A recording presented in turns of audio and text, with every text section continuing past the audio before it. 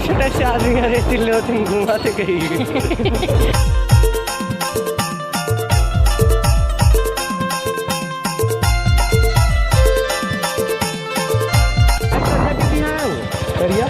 पूरा पर नहाते नहीं।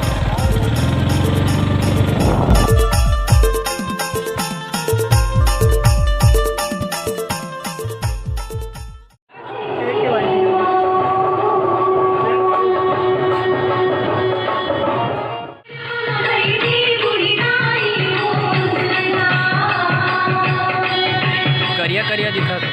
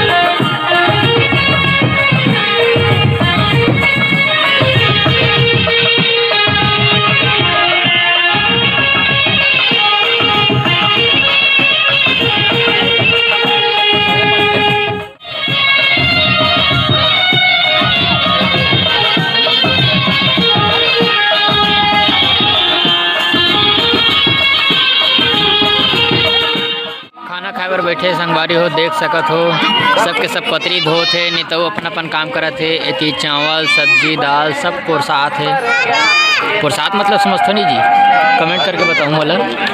ये मोर हाथ है बीच बीच में हाथ है। ये मोबाइल चला चला खात खसवाहा मुरई भाटा है अम्मट में। ये हमार बिहार के टूरा मन है जो उपरहा है पुरौनी ते मन खाना न खात है। उपरहा पुरौनी ये मन हरे पुरौनी दे भंडारा लगे हवे।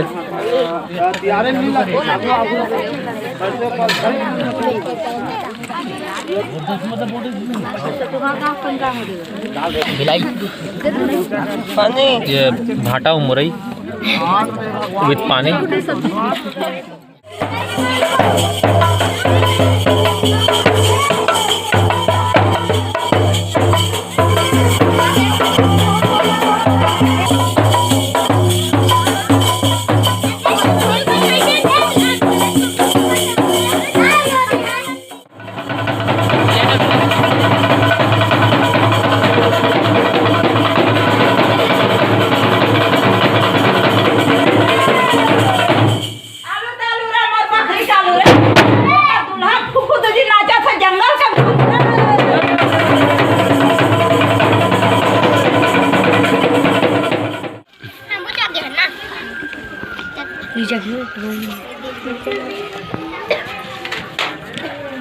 आदि तो लो